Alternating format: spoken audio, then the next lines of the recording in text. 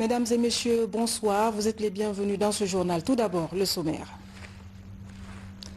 Jour pour jour, il y a 63 ans, la Guinée votait non au référendum gaulliste du 28 septembre 1958. Dans cette édition, les hommes de culture prennent la parole pour remonter le temps afin de rappeler la portée de cette date historique.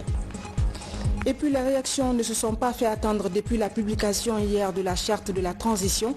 Des acteurs politiques et de la société civile ont tous salué son contenu qui prend en compte les préoccupations des citoyens guinéens. On parlera enfin de cette journée nationale de plaidoyer pour la paix et la cohésion sociale. Les initiateurs veulent ainsi promouvoir la justice sociale pour une Guinée unie et forte. Au terme des travaux, un mémo bréviaire d'aide à la décision a été remis au CNRD. Mesdames et messieurs, bienvenue. Sous l'égide d'un groupe de jeunes leaders avec à leur tête le président Ahmed Sékou Touré, la Guinée a dit non au référendum du 28 septembre 1958. Comme pour célébrer cet acte fondateur qui a ouvert la voie à l'indépendance de la Guinée, ce mardi 28 septembre, le président du CNRD, chef de l'État, colonel Mamadi Doumbouya, a rendu une visite de courtoisie à Aga André Touré, ancienne première dame de la République. Une visite suivie d'un recueillement au stade du 28 septembre. Nous y reviendrons. Et puis, il y a 63 ans donc, la Guinée votait non au référendum gaulliste du 28 septembre, une date inscrite désormais en lettres d'or sur la glorieuse page des États qui ont ouvert la marche vers l'indépendance. 63 ans après ce vote historique, notre pays continue de construire des relations de coopération fructueuses avec la France et toutes les nations du monde éprises de paix et de liberté. Ibrahima Khalid Diakité. Le 28 septembre 1958, les rivières du Sud, qui allait devenir quelques jours plus tard la République de Guinée, fait le choix de l'indépendance. Cette option pour la liberté n'était ni décrétée, encore moins le produit d'un quelconque conditionnement idéologique. Ce choix de la Guinée était plutôt le corollaire de propositions faites par le chef de la métropole, le général de Gaulle, c'est de lui qu'il s'agit, avait fait à ses compatriotes français la promesse d'un nouveau texte constitutionnel pour poser les fondements de la Ve République. Résistant intrépide et grand visionnaire, le général de Gaulle, dans le même projet, proposait également aux colonies africaines une nouvelle communauté ou l'indépendance. Ainsi, en août 1958, le général de Gaulle entreprend alors sa tournée africaine. Le 25 août, c'est l'étape de Conakry. Le président du conseil de gouvernement de la Guinée française lui dévoile le désir largement partagé de la Guinée de voter non au référendum gaulliste du 28 septembre. Le ton est progressiste, le discours lui-même appelle à l'émancipation, avec des vocables comme dignité, liberté, égalité, justice, souveraineté et indépendance. Ahmed Sékou Touré affirme également que la liberté sera même le prisme ou le canal au travers duquel les États africains s'associeront à la République française et d'autres États pour le développement de leurs valeurs et leurs richesses communes. On peut même dire que sur le moment, Ahmed Sékou Touré n'envisageait pas autrement le destin de la Guinée. Il est exclu, dit-il, dans son allocution, de définir la Guinée sans la France et contre la France. Cependant, en plus du ton et des mots employés, le discours du leader guinéen semble aux antipodes des choix affirmés sur les précédentes étapes de la même tournée, soit une bonne vingtaine de colonies. Le général de Gaulle répond, je cite, « L'indépendance est à la disposition de la Guinée, elle peut la prendre en disant non à la proposition qui lui est faite. Et dans ce cas, je garantis que la métropole ne s'y opposera pas, mais en tirera des conséquences. » Fin de citation. De cette séquence historique, avec probablement le recul, les témoins avertis ont cru entrevoir un choc des égos plutôt qu'une réelle volonté des deux leaders d'en arriver à une rupture. D'un côté, un général résistant, auréolé de victoires épiques sur le champ de combat et surtout sage car sexagénaire. De l'autre, un jeune syndicaliste, seulement la trentaine révolue, avec la fougue des jeunesses fortement trempées et imprégnées d'idéologie marxiste-léniniste. Plus tard, dans un ultime exercice de justification du choix de la Guinée, le président Ahmed Sékou Touré trouvera même un lien avec l'histoire du pays, c'est-à-dire le passé d'une terre de grands empires, le Soso et le Mandingue notamment, et patrie d'illustres résistants de la trempe d'Alfaya Diallo, Dina Salifou Zogbela Togba ou l'Allemagne Samori Touré. Néanmoins, il aura fallu environ 3 décennies pour voir la raison d'État prévaloir entre Paris et Conakry. Depuis, les deux États sont animés par la volonté de rattraper le temps perdu, de resserrer les liens et de construire pour l'avenir des œuvres grandioses. Et les dirigeants successifs de la Guinée, tout à leur honneur, ont apporté leur pierre à la consolidation de cet édifice, chacun avec sa vision ou son feeling. Chacun essaie également de préserver, de sauvegarder et surtout d'assumer l'entièreté de cet héritage de la Guinée. Un héritage certes avec ses hauts et ses bas, ses honneurs et ses peines, ses souffrances et ses espérances. Assumer son histoire, c'est, dit-on, la marque des grands hommes, des grandes nations et des grands peuples. Napoléon Ier, empereur de France au XVIIIe siècle, a assumé l'histoire française de plus de 1000 ans à travers sa célèbre formule, citation, de Clovis au comité de salut public, j'assume tout, fin de citation. Le 28 septembre, une date et son histoire. En 1958, la Guinée disait non à la proposition de colonie française. 63 ans après, des historiens et hommes de culture se rappellent. Mikini Moussa Kamara, Fatoumata Kourouma. La Constitution française créant l'Union française fut adoptée en 1946. Les Africains en tirèrent le maximum de profit. Ils ont conquis les libertés fondamentales comme la citoyenneté, la suppression du travail forcé, la création des partis politiques et des syndicats, la liberté de presse et de réunion. On assiste alors à la mobilisation des étudiants, des dirigeants politiques, des syndicalistes pour propager les idées d'indépendance. Pour les colonies, le oui était synonyme d'adhésion au projet de communauté qui devrait être au lendemain de l'adoption de la nouvelle constitution ou de sécession, c'est-à-dire d'indépendance. Et surtout que partout, en AOS et en AEF, on vota oui.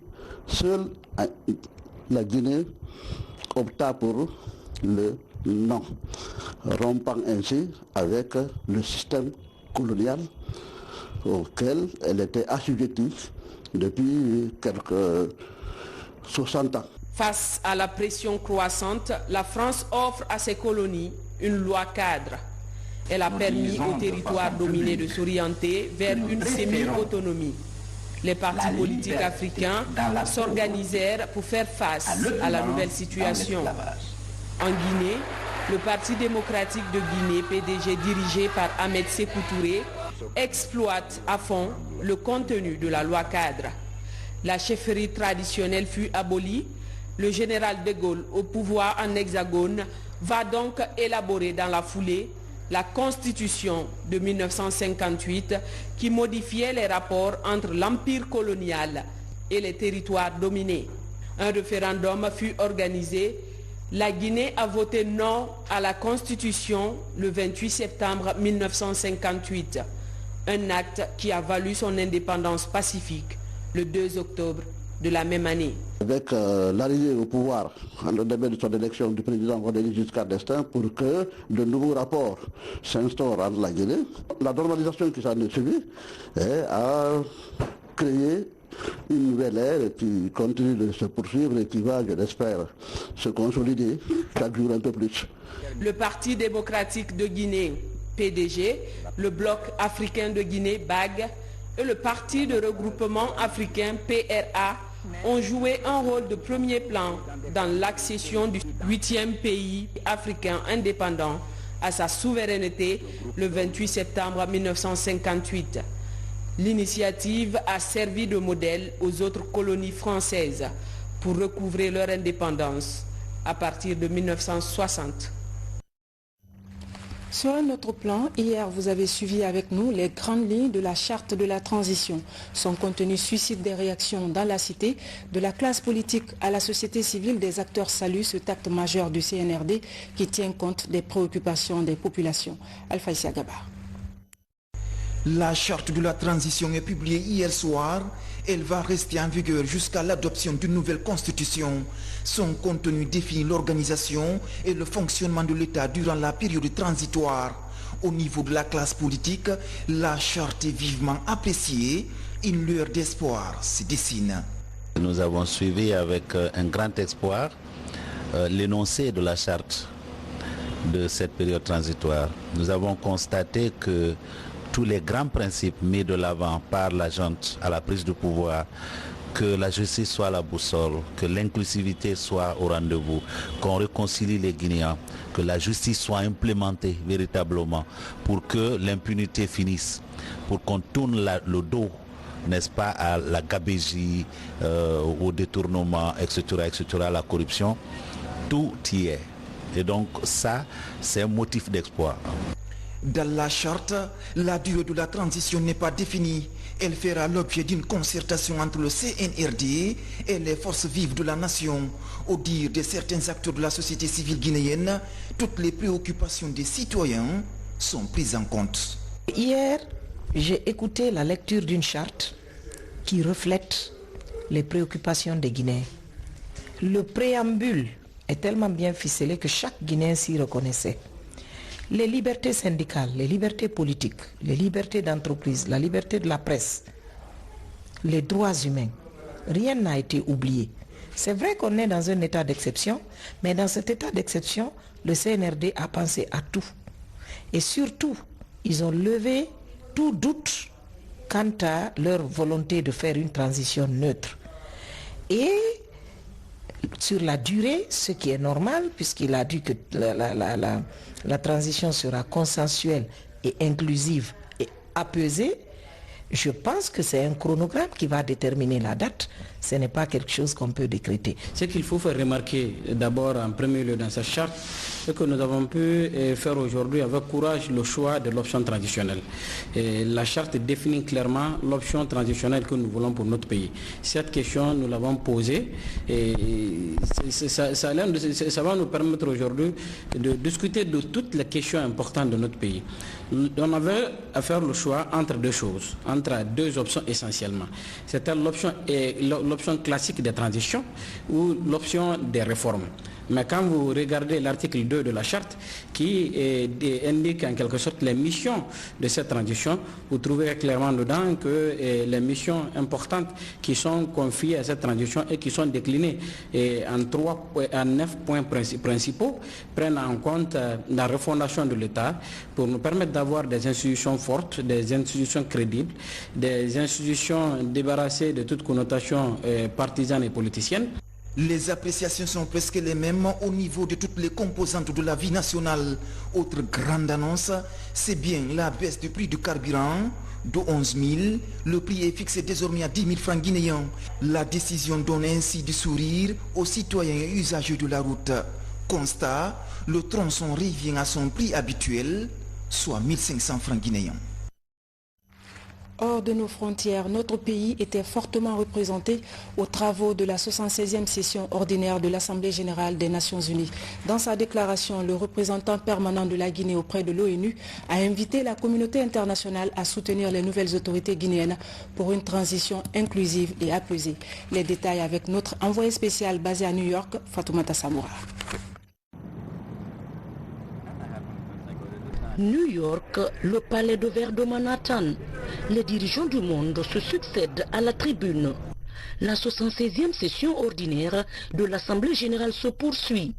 Le thème de cette année est connu, construire la résilience par l'espoir, se remettre de la Covid-19, reconstruire durablement, répondre aux besoins de la planète, respecter les droits des peuples et revitaliser les Nations unies. La voix de notre pays est portée par l'ambassadeur Ali Djani, représentant permanent de la Guinée auprès de l'ONU. Dans une déclaration officielle, le diplomate guinéen a, au nom de son Excellence, colonel Mamadi Doumbouya, président du Comité national pour le rassemblement et le développement, président de la République et chef de l'État, fait écho du plan de riposte à la pandémie de Covid-19 et sollicité la solidarité internationale pour la réalisation rapide de la vaccination équitable des populations. Après l'apparition du premier cas de Covid-19 le 12 mars 2020, les autorités guinéennes ont élaboré un plan de contingence devenu plan national de préparation et de riposte contre la Covid-19 afin de mieux coordonner et renforcer les interventions et les capacités des services de santé. La mise en œuvre de ce plan de contingence a nécessité des mesures, notamment la poursuite du dépistage et de la vaccination, l'accroissement du nombre de sites de vaccination, la mise en place d'une stratégie de vaccination prioritaire des élèves, étudiants et ménagères et le respect des gestes barrières.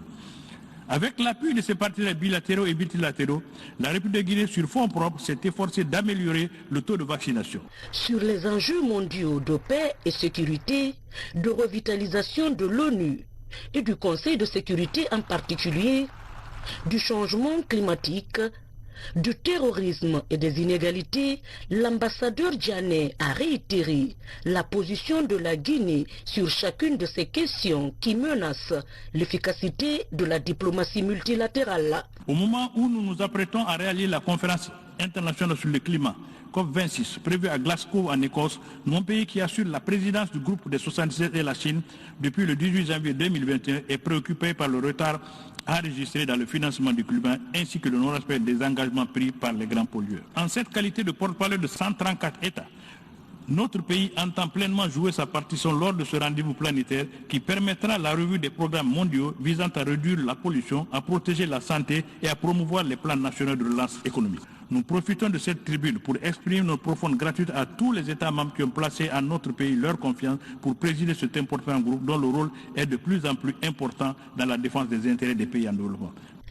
Après avoir exprimé la solidarité de son pays au peuple palestinien, haïtien et cubain, durablement éprouvé, le représentant permanent a expliqué le contexte dans lequel le CNRD a pris le pouvoir le 5 septembre dernier. Le 5 septembre dernier, le Comité national du Rassemblement pour le développement, CNRD, sous le leadership de son excellent colonel Mamadi Doumbouya, a pris en main les destinées de la République de Guinée. Dès son avènement au pouvoir, le CNRD a réaffirmé son attachement à tous les engagements internationaux de la Guinée en tendant une main franche de collaboration à la communauté internationale.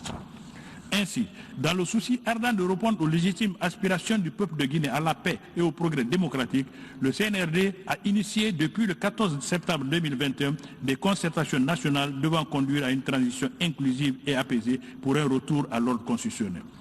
D'ores et déjà, le CNRD a pris des mesures allant dans le sens de la décrispation de la situation socio-politique et économique. Des dispositions ont été prises pour permettre aux partis politiques et à la société civile d'exercer librement leurs activités.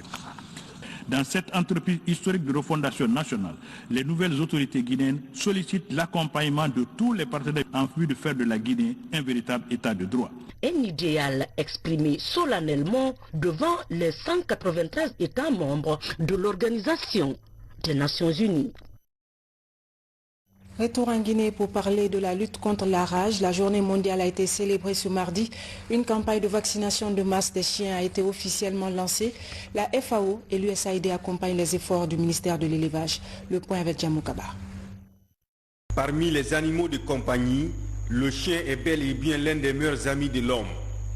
Vacciner cet animal contre la rage, c'est pour progresser vers l'éradication de cette maladie infectieuse afin de protéger toute une communauté. À Matoto, ces détenteurs d'animaux sont au rendez-vous de la 15e édition de la Journée mondiale de lutte contre la rage, occasion choisie par les décideurs pour sensibiliser et procéder à une séance de vaccination gratuite des chiens. Les services compétents que nous sommes, nous profitons de cette journée pour informer et sensibiliser la population sur la gravité de la rage. Mais on profite également de cette occasion avec les partenaires au développement pour faire une vaccination massive de tous les chiens qui ne sont pas encore vaccinés. Et nous demandons aux propriétaires de chiens, ils nous rejoignent ici, là où on fait le lancement, pour qu'on puisse commencer déjà la vaccination. Et depuis 2016, nous apportons notre appui à différents aspects du contrôle de la rage, tant par rapport à la mise en œuvre du plan de contrôle de la rage d'ici à l'horizon 2030, que nous avons aidé à élaborer avec d'autres partenaires, qu'à la mise à disposition de vaccins antirabiques dans le cadre des actions de riposte. La célébration de cette journée est une opportunité pour attirer l'attention des populations sur les dangers de la rage.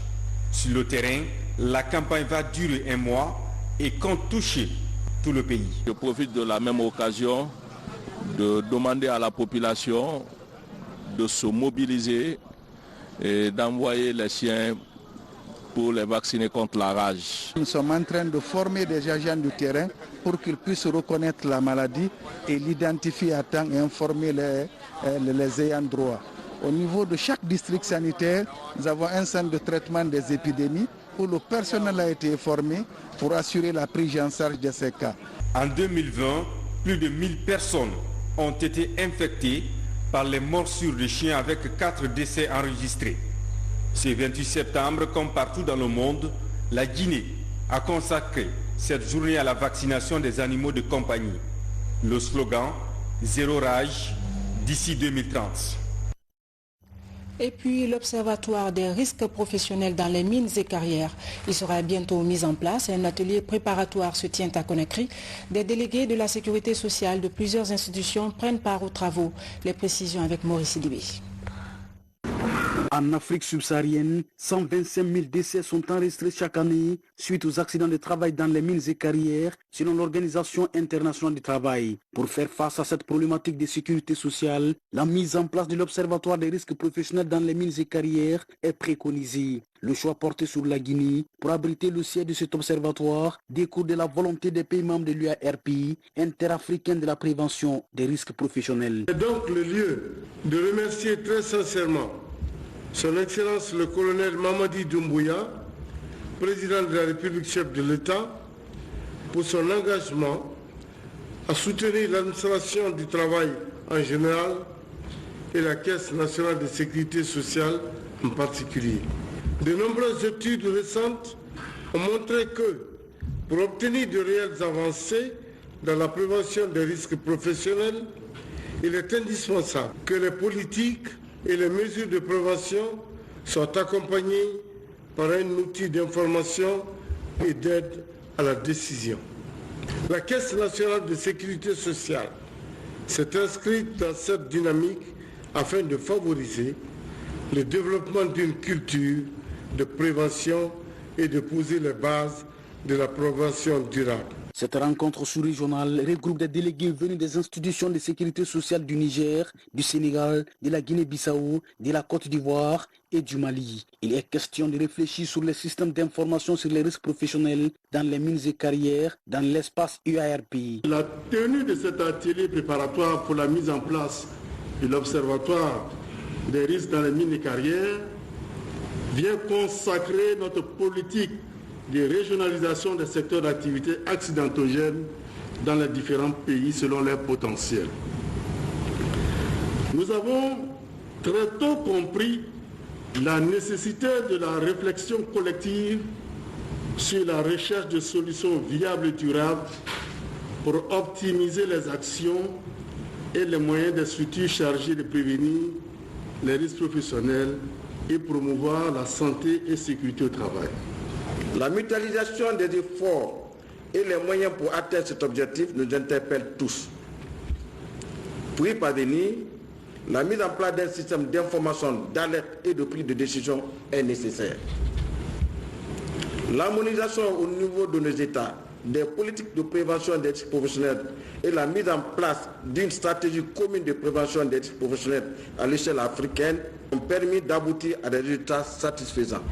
Après cet atelier préparatoire, la Guinée devrait abriter l'Observatoire des risques professionnels dans les mines et carrières à l'image des SIAPRO au Burkina Faso.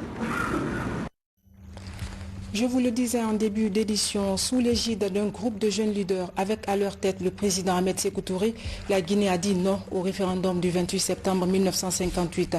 Comme pour célébrer cet acte fondateur qui a ouvert la voie à l'indépendance de la Guinée, ce mardi 28 septembre, le président du CNRD, chef de l'État, colonel Mamadi Doumbouya, a rendu une visite de courtoisie à Aga André Touré, ancienne première dame de la République. Une visite suivie d'un recueillement au stade du 28 septembre. Ansoumane Toumani Kabara.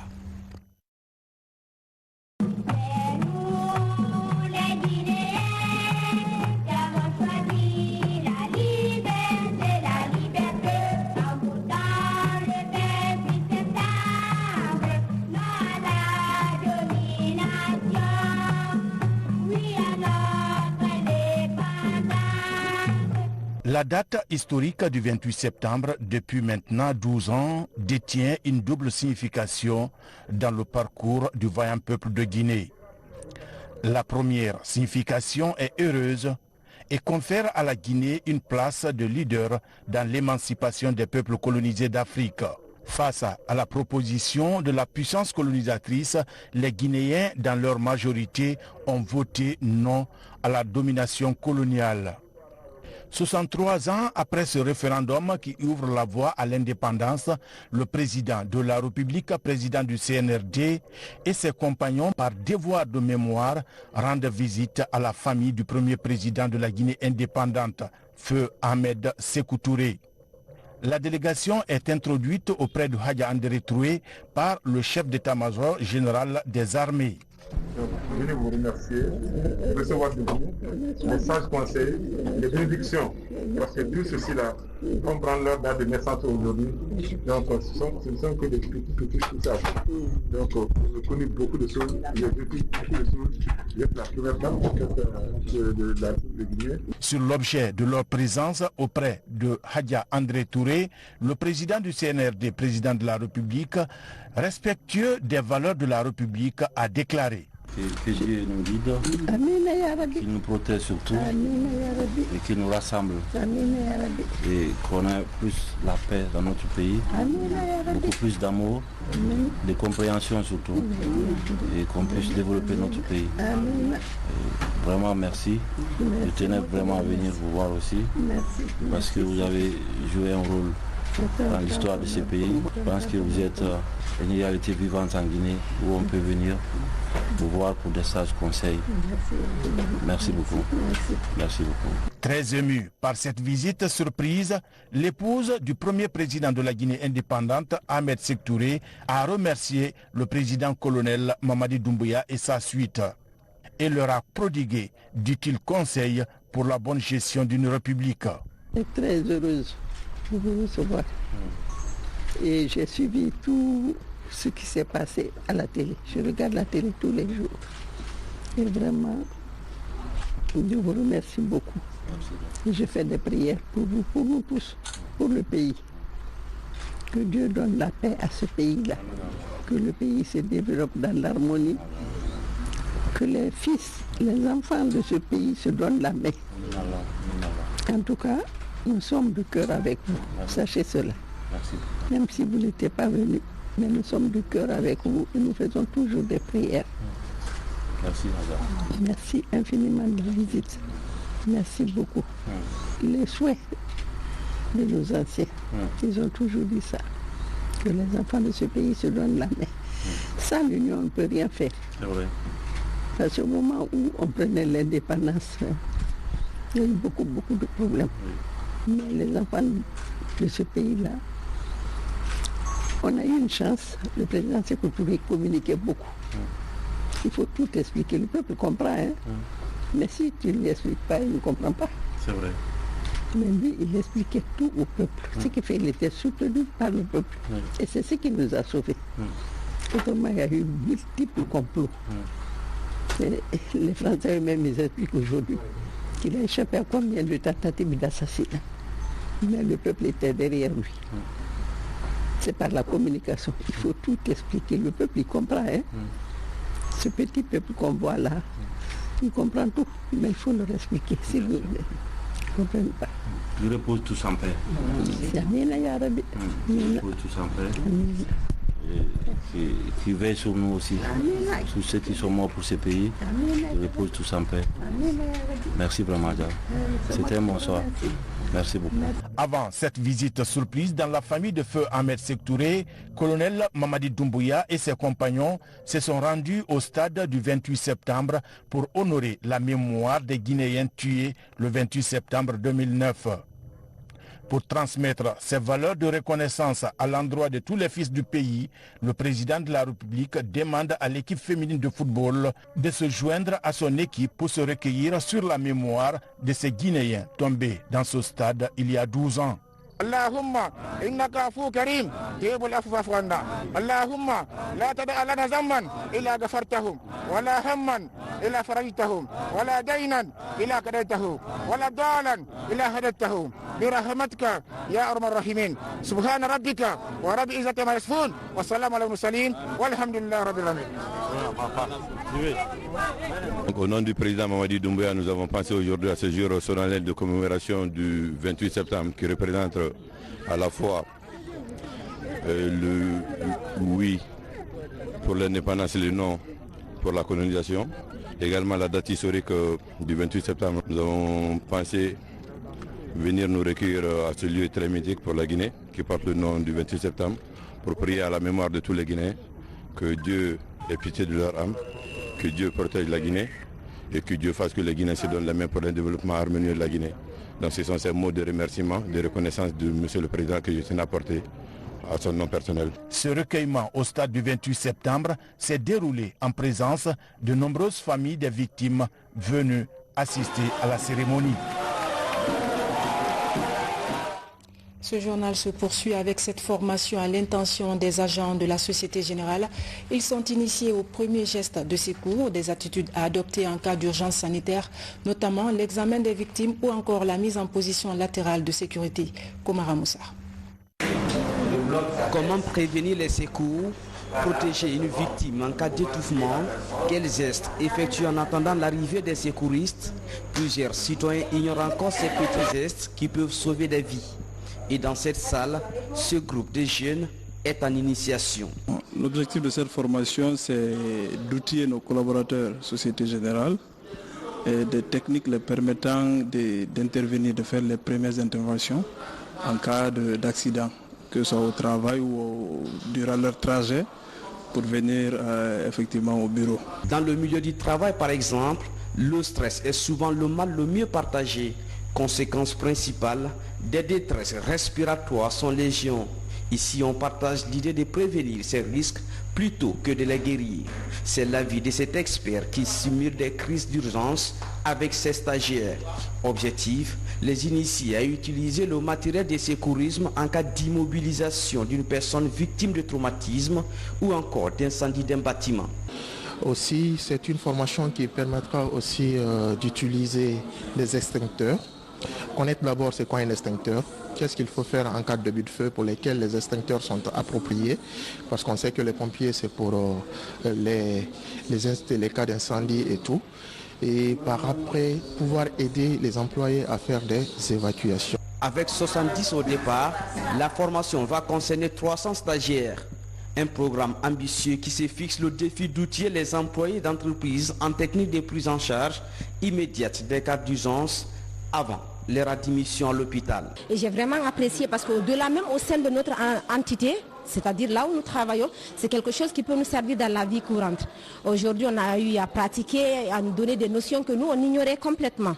Et là, je pense que c'est vraiment une formation très importante, au-delà même de nous, les salariés. Aujourd'hui, si nous partons dans nos différentes familles, il va falloir que nous partagions la formation avec nos parents. Depuis le lancement de cette campagne, les initiateurs bénéficient du soutien de l'Office national de formation et de perfectionnement professionnel. Ce qui n'est pas aujourd'hui le cas dans toutes les entreprises, c'est qu'on ne se rend pas compte que tout ce qui est geste de premier secours est primordial pour la santé du personnel, mais aussi pour la santé de l'entreprise, puisque si le personnel n'est pas en bonne santé, si le personnel n'a pas les bons réflexes, ça peut jouer de façon négative sur les résultats de l'entreprise. Cette formation axée sur la sécurité au travail est un moyen pour l'entreprise de réaffirmer son attachement aux valeurs d'entraide, de solidarité et de bien-être qui composent sa stratégie RSE. À l'aéroport de Conakry, une partie de l'aérogare de fret a pris feu très tôt ce matin. Des installations où opèrent les services douaniers, 2 bureaux et leurs contenus sont touchés. Heureusement, l'incendie a été maîtrisé par les services de secours. Reportage Mohamed Souma. Un incendie s'est matinalement déclaré à l'aérogare de fret. C'est l'une des composantes de l'aéroport de Conakry-Bessia où travaillent les soldats de l'économie nationale. Le feu serait vite parti, occasionnant ainsi l'intervention des services de secours. Sur place, 2 bureaux et leurs contenus ont été consumés. Aux environs de 6h20 qu'il y a eu cet incident qui émane d'un problème de branchement dans le bureau du chef de bureau de la douane. Mais l'intervention a été rapide parce que nous avons la gendarmerie ici, la GTA, la gendarmerie des transports aériens, et nous avons la direction de la sécurité et de la sûreté de l'aéroport qui dirige les sapeurs-pompiers qui ont vite intervenu pour maîtriser le feu. Les installations embrasées sont celles du chef du bureau et la salle de visite. Une équipe de la Direction générale des douanes a fait une descente sur les lieux pour apprécier l'ampleur des dégâts. Certes, une partie du bâtiment a pris feu, mais cela ne saurait impacter sur les opérations habituelles. Il faut toujours prévenir. Donc la Direction générale des douanes avait déjà prévu tous ces cas pareils parce qu'aujourd'hui la procédure de dédouanement dans les bureaux informatisés sont complètement dématérialisés. Vous avez dans les bureaux les moniteurs, mais le serveur central qui collecte toutes les données se retrouve à la Direction générale des douanes en ville. Donc en temps réel, lorsque vous faites une déclaration à Pamalap, à Kourémali ou à Sambalo, comme ici à l'aéroport, les données sont stockées directement sur le serveur de la Direction générale des douanes. Ça veut dire que même si tout le bâtiment prenait feu, les données, elles, sont sauvegardées au niveau de la Direction générale. Pour le moment, le court-circuit est l'hypothèse avancée pour expliquer l'incendie. Cela n'est pas acquis d'emblée. Les enquêtes sont ouvertes pour élucider les causes réelles de cet embrasement. Et puis, suite au réajustement du prix du litre du carburant à 10 000 francs guinéens, vous suivrez après ce journal les nouveaux tarifs des transports urbains et interurbains suivis d'une ordonnance du CNRD. Une journée nationale de plaidoyer pour la paix et la cohésion sociale. Elle est organisée par la coalition d'appui à la réconciliation nationale. Principal message véhiculé, la promotion de la justice sociale pour une Guinée unie et forte. Au terme des travaux, un mémo bréviaire d'aide à la décision a été remis au CNRD. Mounir Bari. La prévention et la gestion des conflits à travers le pays constituent l'une des préoccupations majeures de la coalition nationale d'appui à la réconciliation en Guinée. Ces acteurs de la société civile guinéenne viennent d'organiser une rencontre pour marquer la journée nationale des plaidoyers pour la paix et la cohésion sociale. Une rencontre d'action et des plaidoyers en faveur de l'instauration d'un état de droit, la paix et la promotion des libertés individuelles et collectives en Guinée. Sans la paix, sans la cohésion sociale, sans l'unité nationale, on ne peut pas se développer. Malgré toute la richesse qu'on a, si ces éléments-là manquent, si ces valeurs-là ne sont pas prises en compte, si ces valeurs-là ne sont pas respectées, nous allons regarder nos ressources naturelles du sol et du sous-sol sans réellement profiter. On a demandé, par exemple, à ce que la conclusion du rapport déposé par la CPRN, que cela soit mis en marche, que la commission, parce que vous savez, on parlait de commission provisoire, mais qu'il y ait vraiment maintenant la commission et que cela soit appliqué. Il y a des antécédents qui se sont accumulés depuis la Première République, la Deuxième, la Troisième. Il y a eu des frustrations qui n'ont pas été évacuées. Comment vous allez parler de la paix si vous n'êtes pas parvenu à évacuer tous ces contentieux? À travers de nombreuses actions menées dans le pays, les activistes ont déploré le déchirement du tissu social et les violences post-électorales depuis plus d'une décennie. Pendant les échanges, ces panélistes ont tour à tour fait des propositions concrètes pour une Guinée réconciliée avec elle-même. Tout le monde, tous les participants sont unanimes qu'il faut que la Guinée passe par un processus de réconciliation. Les discussions portent sur les modalités et sur comment faire ce processus. Si un processus de réconciliation a pour but d'éliminer, d'apurer le passé, surtout en matière de violation des droits de l'homme. Donc de faire une lecture de notre passé, surtout dans ces parties les plus sombres, d'en assumer la responsabilité en tant qu'État et de faire en sorte que la communauté regarde dans la même direction avec les divergences inhérentes à tout processus de construction démocratique. Alors il faudrait que ce soit un processus bien maîtrisé. Après plus de 3 heures de débat sur les violences enregistrées ces dernières années, la coalition a remis un mémo aux représentants du Comité national du Rassemblement pour le développement. Un mémorandum qui pourrait servir de bréviaire aux autorités de la transition. Je vous le disais tout à l'heure, suite au réajustement du prix du litre du carburant à 10 000 francs guinéens, vous suivrez après ce journal les nouveaux tarifs des transports urbains et interurbains suivis d'une ordonnance du CNRD. Voilà, mesdames et messieurs, c'est la fin de ce journal. Je vous remercie de l'avoir suivi. Excellente suite en compagnie de nos programmes. Bonsoir.